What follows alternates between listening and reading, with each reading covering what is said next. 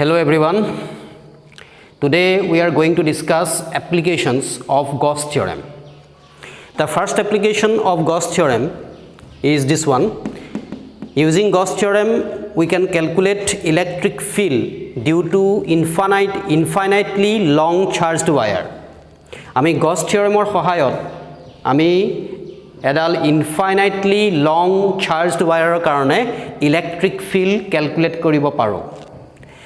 ইয়াত তোমালোকে চাবা in this figure we have an infinitely long charged wire. এডাল হল আমাৰ wire ডাল হয়নে? So this wire has length L. L is the length of the wire. আৰু এই wire ডালত total charge আছে কিমান? Q. Q is the total charge on the wire. তেতিয়া হলে linear charge density can be represented as lambda. কি আসলে linear charge density? Linear charge density means charge per unit length. So linear charge density will be Q by L. Q by L is the linear charge density. Now you are going to calculate electric field intensity at the point P. আমি P pointত electric field intensity calculate কৰিব লাগে at a distance of r from this wire.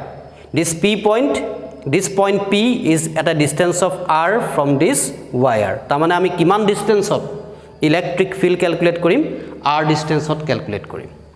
ঠিক আছে? এতিয়া আমি ইয়াত Gauss theorem apply কৰিম. And Gauss theorem, as you know, Gauss theorem is applicable for closed surface. গতিকে আমি ইয়াত Gauss theorem apply কৰিবলৈ হলে আমি কি ইউজ কৰিব লাগিব? এখন closed surface আমি imagine কৰিব লাগিব. গতিকে around the point P you imagine a Gaussian cylinder. এটা আমি Gaussian cylinder আমি imagine কৰিলো. This is the Gaussian cylinder.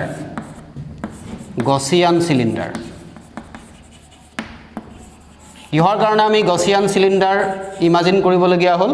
কাৰণ we are applying Gauss theorem and Gauss theorem is applicable for closed surface.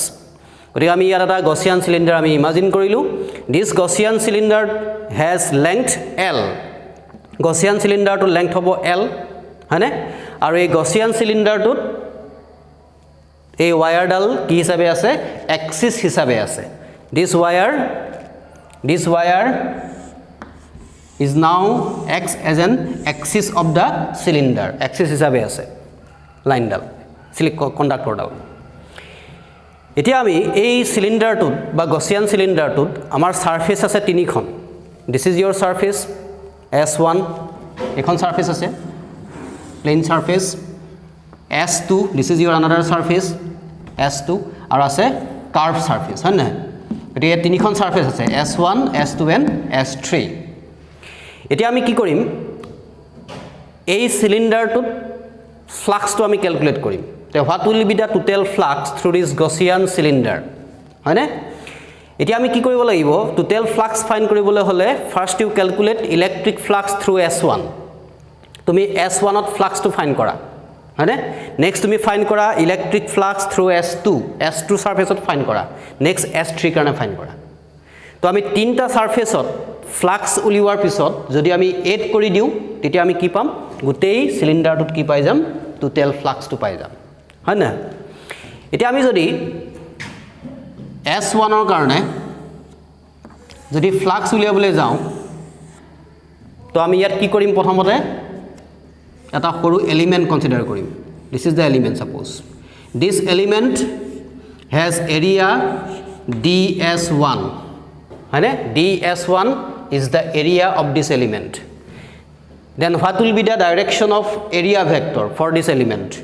এই এলিমেন্টৰ কাৰণে আমি এৰিয়া ভেক্টৰৰ ডাইৰেকশন কোনফালে পাম? আউটওয়াৰ্ড নৰমাল পাম হয় না? তো আমি উপৰ ফালে ড্ৰ কৰিব লাগিব. So this is the direction of area vector. তো আমি এতিয়া এই এলিমেন্টত ইলেক্ট্ৰিক ফিল্ডৰ ডাইৰেকশন কোনফালে পাম? ইলেক্ট্ৰিক ফিল্ডৰ ডাইৰেকশন পাম আমি এইফালে হয়নে? ৰেডিয়েলি আউটওয়াৰ্ড এইফালে পাম এটো ডাইৰেকশনত.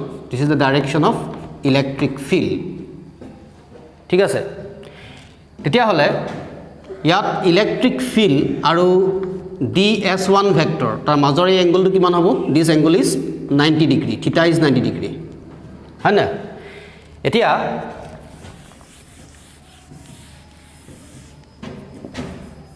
electric flux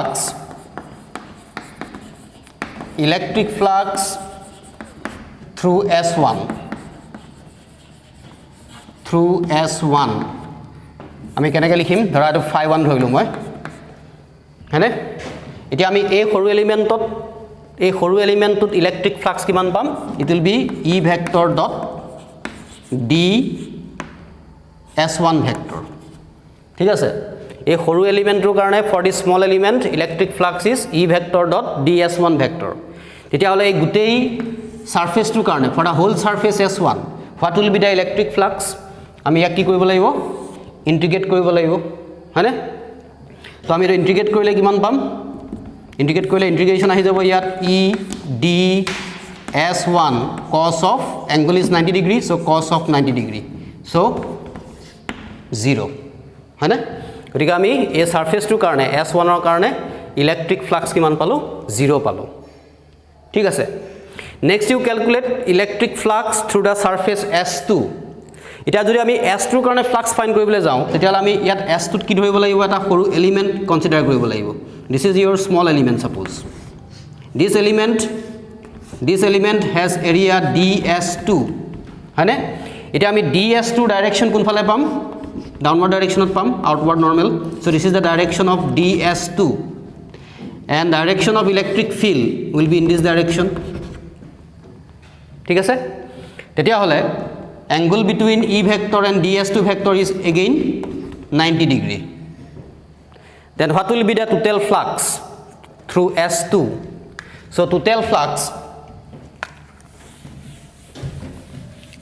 so total electric flux through S2 এটো মই কনসিডাৰ কৰিলো phi 2 তে আমি লিখিব লাগিব E vector dot ds2 vector আৰু গুটেই সাৰফেসটো উলিয়াবৰ কাৰণে you have to integrate গতি আমি ইন্টিগ্ৰেট কৰিব লাগিব ইন্টিগ্ৰেশন E vector dot ds2 vector তো it will be integration E ds2 cos of কি লিখিম angle between E vector and ds2 vector is 90 degree so it will be cos of 90 degree so again you will get 0 হা so আমি দেখিলো কি যে S1 এই সারফেসখনত আৰু S2 এই সাৰফেসখনত ফ্লাক্সটো কি হয় 0 হয় হয় না তাৰ মানে এই দুখন সাৰফেসে ইলেক্ট্ৰিক ফ্লাক্সত কন্ট্ৰিবিউট নকৰে নেক্সট আমি S3 ৰ কাৰণে ফ্লাক্সটো আমি ক্যালকুলেট কৰিব লাগে তো আমি ইয়াত কি কৰিলো এটা সৰু এলিমেন্ট ললো ইয়াত ধৰা this is a small element তা আমি স্মল এলিমেন্ট ইয়াত ললো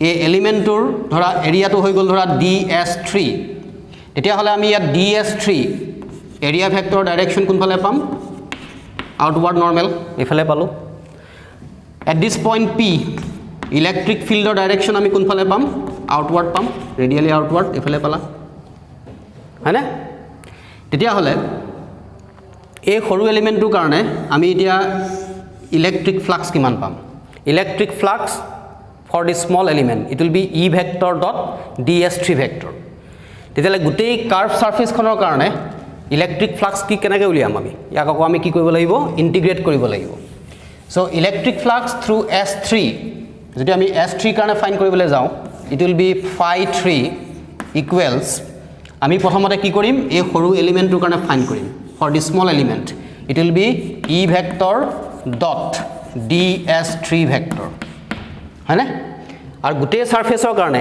S3 কাৰণে যদি ফ্লাক্স উলিয়াবলৈ যাওঁ ইয়াক আমি কি কৰিব লাগিব ইন্টিগ্ৰেট কৰিব লাগিব তো আমি এটা ইন্টিগ্ৰেট কৰিলে কিমান পাম ইন্টিগ্ৰেশন E ds3 cos of what will be the angle between E vector and ds3 vector angle is 0 degree both are in the same direction so cos of 0 degree ঠিক আছে so আমি এটা কিমান পাম তেতিয়া E ds3 এটা আমি পালো ঠিক আছে এতিয়া এই গসিয়ান সিলিন্ডাৰটোত সাৰফেসত ইন্টেন্সিটিৰ ম্যাগনিটিউড কি থাকিব কনস্ট্যান্ট থাকিব because it is a Gaussian cylinder আৰু প্ৰত্যেকটো পইণ্টত আমি কি পাম ইন্টেন্সিটিৰ ম্যাগনিটিউডটো কি পাম কনস্ট্যান্ট পাম সো আমাৰ ইয়াত ই টু কনস্ট্যান্ট হ'ব it will be out of integration so it will be ds3 ঠিক আছে এটা ইন্টিগ্ৰেশন ds3 কৰিলে আমি কি পাম গুটেই কাৰ্ভ সাৰফেসটোৰ এৰিয়াটো পাম এটা কাৰ্ভ সাৰফেসৰ আমি এৰিয়াটো কেনেকৈ ফাইন্ড কৰিম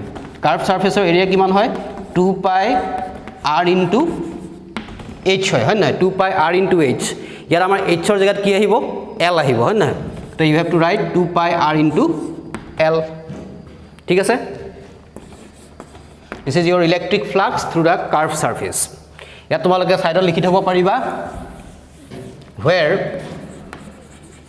where integration ds3 equals to 2 pi r into l. এতিয়া আমি যদি গোটেই সিলিন্ডাৰটোত যদি ফ্লাক্স উলিয়াবলৈ যাওঁ if you want to calculate total flux through the cylinder তে কি কৰিব লাগিব therefore total flux through the cylinder through the Gaussian cylinder but through the Gaussian surface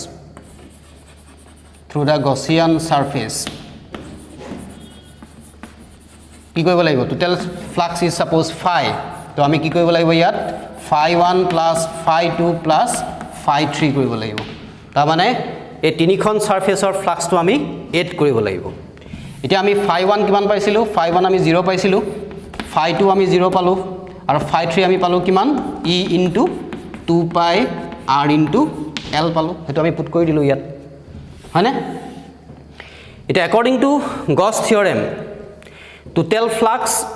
total flux through a closed surface is always 1 by epsilon naught times the total charge q তেতিয়া হলে আমি ইয়াত left সাইডে কি লিখিব পাৰিম phi equals to q by epsilon naught লিখিব পাৰিম কাৰণ এই ওয়াৰডালত টোটাল চাৰ্জ কিমান আছে q আছে তাৰ মানে গসিয়ান সিলিন্ডাৰটোত আমি টোটাল চাৰ্জ কিমান পাম q পাম গতে q by epsilon naught আহিলে q by epsilon naught equals to e into 2 pi r into l ঠিক আছে now